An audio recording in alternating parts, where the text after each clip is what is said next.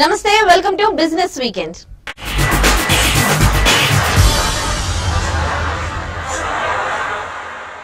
Auto ఇండస్ట్రీకి పండగ కడొచ్చింది.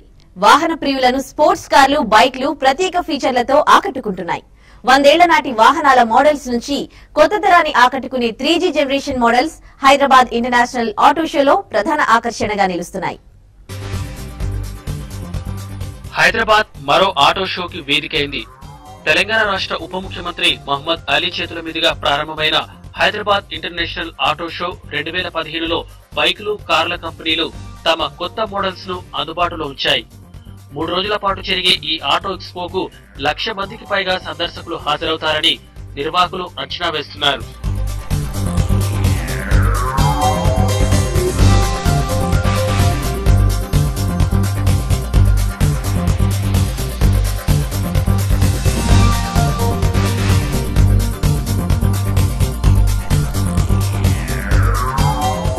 పరిశ్రమలకు తమ ప్రభుత్వ మద్దతు ఎప్పుడు ఉంటుందని, రాబోయే రోజుల్లో పరిశ్రమలు, వ్యవసాయదారులకు నిరంతర విద్యుత్ను అందించే లక్ష్యంతో ఉన్నట్టు తెలంగాణ రాష్ట్ర ఉప ముఖ్యమంత్రి మహమ్మద్ అలీ చెప్పారు. ये इंटरनेशनल ऑटो शो किया गया है, उसके लिए मैं तलवार ग्रुप को मुबारकबाद देता हूं और हुकूमत ये चाहती है कि इस तेलंगाना स्टेट को हिंदुस्तान में नंबर 1 स्टेट बनाए और हैदराबाद सिटी को भी नंबर 1 सिटी बनाने की पूरी कोशिश की जा रही है. ऑटोमोबाइल इंडस्ट्री यहाँ पर काफी सक्सेस हो सकती है और यहाँ पर इंडस्ट्रीज कायम करने के लिए मैं तमाम लोगों से अपील करता हूँ और करंट और पानी 24 आवर्स सप्लाई करेंगे. 25 లక్షల ఖరీదు చేసే బైకు, 5 కోట్ల విలువైన కార్లతో పాటు వింటేజ్ వాహనాల ప్రదర్శన ప్రధాన ఆకర్షణగా మారింది.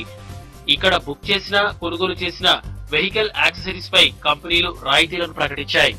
అమెరికాకు చెందిన లగ్జరీ బైక్ల తయారీ సంస్థ రీగల్ రాప్టర్ హైదరాబాద్ లోనే 3 బైక్లను భారతీయ మార్కెట్లోకి ప్రవేశపెట్టింది. కాలిఫోర్నియా నుంచి నేరుగా ఇక్కడికి దిగుమతి అయిన వీటిలో బాబర్ 350cc బైక్ ఆకట్టుకుంటోంది. వాటర్ కూలింగ్, అదనపు మైలేజ్, ట్విన్ సిలిండర్ ప్రత్యేకతలున్న ఈ బైక్స్ 2 నుంచి 3 లక్షల రూపాయల ధరల శ్రేణిలో లభిస్తున్నాయి.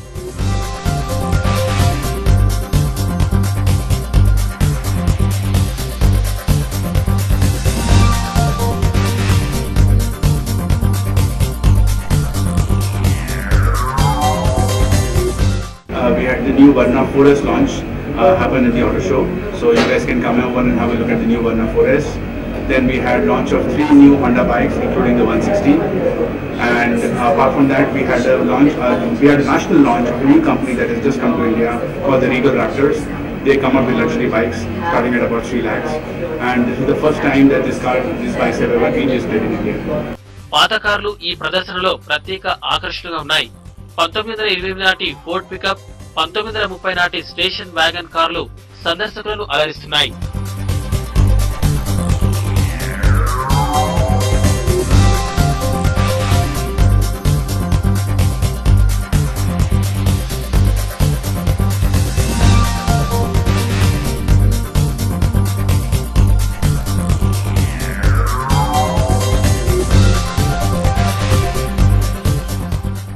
తొలి దశలో బొగ్గు బ్లాక్ల వేలానికి చక్కని రెస్పాన్స్ లభించింది.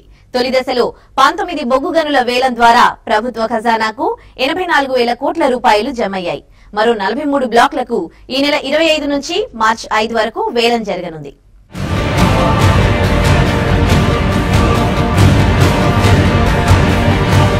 కేంద్రానికి బొగ్గు గనుల వేలం కాసుల వర్షం కురిపిస్తోంది. కోల్ బ్లాక్ ను దక్కించుకోవడానికి సిమెంట్, మెటల్ కంపెనీలు తొలి దశలో తీవ్రంగా పోటీపడ్డాయి. మొత్తం 19 బ్లాకుల్లో 15 బ్లాకులు అప్పటికప్పుడు హాట్ కేకులా అమ్ముడుపోయాయి. 30 ఏళ్ల పాటు గనులు సొంతం కానుండటంతో పలు కంపెనీలు ఈ వేలంలో ఉత్సాహంగా పాల్గొన్నాయి.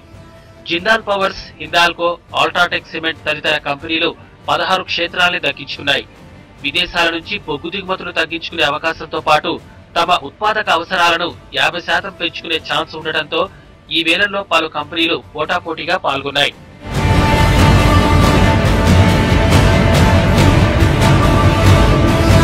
ఎలక్ట్రానిక్ పద్ధతిలో జరిగిన వేలంలో తొలి రోజు జిఎంఆర్ గ్రూప్, రిలయన్స్ సిమెంట్స్ చెరో బొగ్గు గనిని దక్కించుకున్నాయి.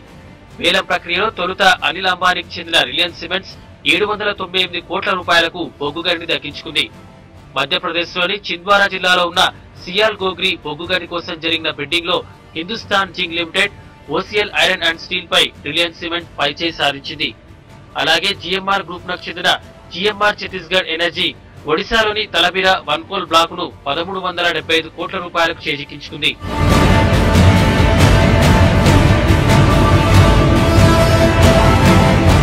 బొగ్గు గనుల వేలంలో జిందాల్ పవర్ 2, ఆదిత్య బిర్లా గ్రూప్ సంస్థ హిందాల్కో ఇండస్ట్రీస్ 1 చొప్పున బ్లాకులను దక్కించుకున్నాయి. ఛత్తీస్గఢ్ లో గనులకు జిందాల్ పవర్ 1679 కోట్లు, కేరపాబా బ్లాక్ కోసం హిందాల్కో 14,859 కోట్ల రూపాయలు వెచ్చించాయి. టన్నుకు 3,502 రూపాయల బిడ్డింగ్ వేసి కేరపాబా బ్లాక్ ను సొంతం చేసుకుంది. ఈ బ్లాక్ కోసం దాదాపు 12 గంటల పాటు సాగిన బిడ్డింగ్ లో హిందాల్కోతో పాటు అంబుజా సిమెంట్స్, బాల్కో, హిందాల్కో తదితర సంస్థలు పోటీ పడ్డాయి. తొలి విడత ఈ నెల 22తో ముగియనుంది. GMR Chhattisgarh energy, Reliance cement, Sunflag iron and steel, Jaiprakash associates, BALCO తదితర సంస్థలు బొగ్గు గనులు దక్కించుకున్నాయి.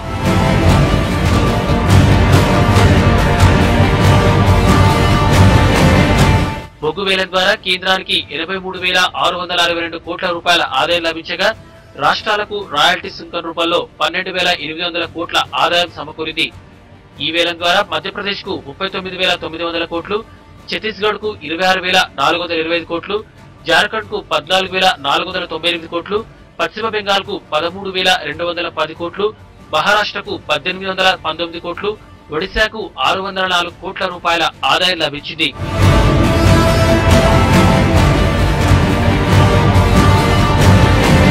మన దేశంలో స్మార్ట్ ఫోన్లు హాట్ కేకులా అమ్ముడవుతున్నాయి. తక్కువ ధరకే మార్కెట్లో అందుబాటులో ఉండడంతో స్మార్ట్ ఫోన్లను యువత ఎగుబడి కొంటున్నారు. దీంతో సరికొత్త టెక్నాలజీతో రూపొందించిన 1500 కొత్త మోడళ్లను విడుదల చేయడానికి కంపెనీలు సిద్ధమవుతున్నాయి.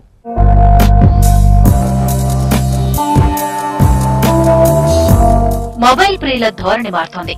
ఒకప్పుడు ఫీచర్ ఫోన్ల వెంటపడిన వినియోగదారులు ప్రస్తుతం స్మార్ట్ ఫోన్ల కొనుగోళ్లకు ఆసక్తి చూపుతున్నారు. భారీ సంఖ్యలో భారతీయులు ఫీచర్ ఫోన్ల నుంచి స్మార్ట్ ఫోన్లకు అప్గ్రేడ్ అవుతుండటంతో విక్రయాలు ఆకాశమే హద్దుగా దూసుకుపోతున్నాయి. ఈ ఏడాది భారత్ లో 9 కోట్లకు పైగా స్మార్ట్ ఫోన్లు అమ్ముడవుతాయని ఒక సర్వేలో తేలింది.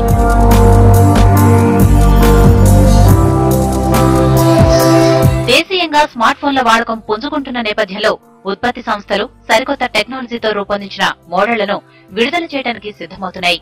ఈ ఏడాది 1400 నుంచి 1500 కొత్త మొబైళ్లు భారత రిటైల్ మార్కెట్లో అందుబాటులోకి రానున్నట్లు సర్వే సంస్థలు అంచనా వేస్తున్నాయి. 2014లో విడుదలైన 1137తో పోలిస్తే 20% వృద్ధితో 1500కు చేరుకోనుందని ఇండస్ట్రీ అంచనా వేస్తోంది.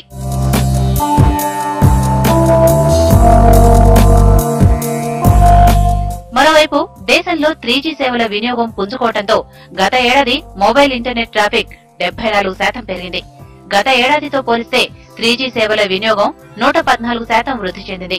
అంటే మనవాళ్లు ప్రతి చిన్న అవసరానికి స్మార్ట్ ఫోన్ ఓపెన్ చేసి చకచకమని నెట్ లో సెర్చ్ చేస్తున్నారన్నమాట.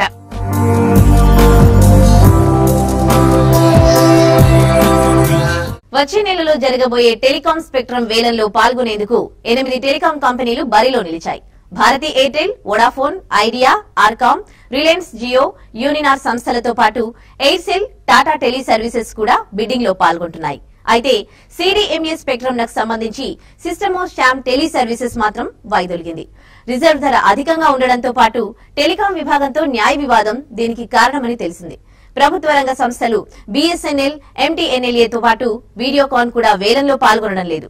2G, 3G టెలికాం సేవలకు ఉపయోగపడే స్పెక్ట్రమ్ వేలం ద్వారా కనీసం 80,000 కోట్ల రూపాయలు ప్రభుత్వ ఖజానాకు జమ కాగలవని కేంద్రం అంచనా వేస్తోంది. బిజినెస్ వీకెండ్ లో ఇప్పుడు షార్ట్ బ్రేక్ తీసుకుందాం.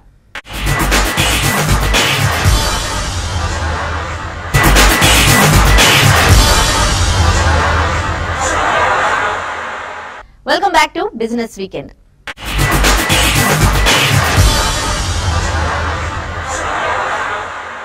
విమానయాన సంస్థ spice jet one stop sale పేరిట మరో ఆఫర్ ప్రకటించింది.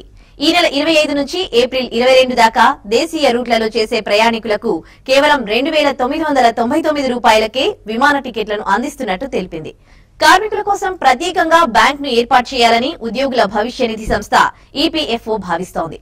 ఆదాయాన్ని మరింత పెంచుకోవడంతో పాటు ఖాతాదారులకు సులువుగా రుణాలు అందుబాటులోకి తేవాలన్న ఉద్దేశంతో బ్యాంక్ ఏర్పాటు చేయడానికి ఈపీఎఫ్ఓ కసరత్తు చేస్తోంది. 6.5 లక్షల కోట్ల రూపాయల కార్పస్ ఫండ్ ను కలిగి ఉన్న ఈపీఎఫ్ఓ త్వరలోనే ఈ ప్రతిపాదనను ఆర్థిక సేవల డిపార్ట్మెంట్ కు పంపించనుంది. Financial services company Brick Eagle interior design solution సంస్థ అయిన రెండ్రాలజీలో 10 కోట్ల రూపాయలను ఇన్వెస్ట్ చేసింది. రెండ్రాలజీ పనితీరు ప్రమాణాల ఆధారంగా ఈ ఏడాది చివరి నాటికి మరో 30 కోట్ల రూపాయలను ఇన్వెస్ట్ చేయనున్నట్టు బ్రిక్ ఈగల్ సీఈఓ రాజేష్ కృష్ణన్ చెప్పారు.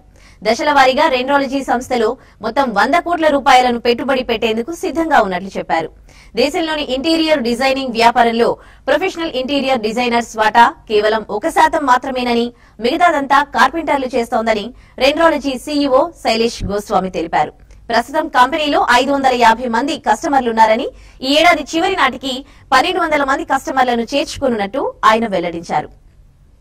So Brick Eagle is invested in this startup company called Renderlogy, which is into a technology solution for interiors. Right. Brick Eagle ourselves, we are into affordable housing. So space utilization in small format housing is a key challenge. And we are very happy that Mr. Shailesh Goswami and team have taken up the challenge of providing customized interior solutions for middle and low income segments using technology. So we're very excited about this investment. See, traditionally, a middle income household could never afford an interior designer, right? Because the interior designer would charge a couple of lakh rupees for their service. And so essentially it was beyond the reach of the common man. What Renderlogy has done is created a software package to make interior solutions available for free.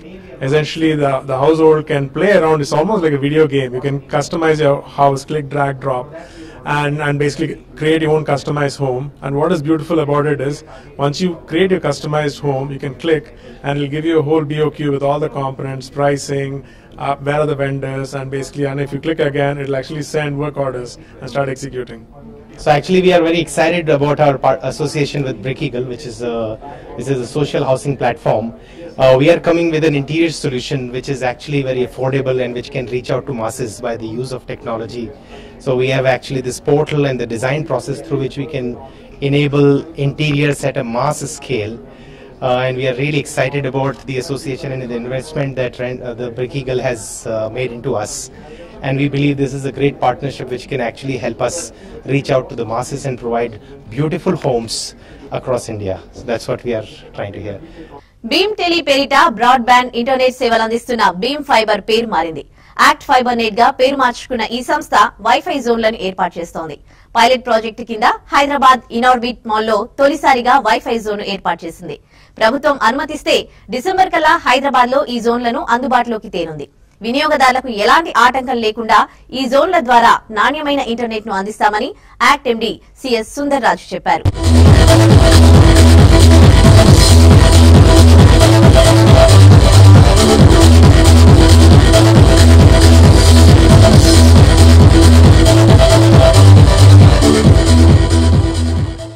జర్మనీకి చెందిన luxury కార్ల తయారీ సంస్థ BMW దేశీయ విపణిలో తొలిసారిగా hybrid model కారును విడుదల చేసింది. i8 పేరుతో డిజైన్ చేసిన ఈ లగ్జరీ స్పోర్ట్స్ కార్ను రాజ్యసభ సభ్యుడు క్రికెట్ దిగ్గజం సచిన్ టెండూల్కర్ లాంచ్ చేశారు. లీటర్కు 47 కిలోమీటర్ల మైలేజ్ ని ఇచ్చే ఈ వెహికల్ ధర ముంబై షోరూంలో 2.29 కోట్ల రూపాయలుగా ఉంది. BMW ఇప్పటి వరకు ఇండియన్ మార్కెట్లోకి అందుబాటులోకి తెచ్చిన కార్లలో ఇదే అత్యంత ఖరీదైనది.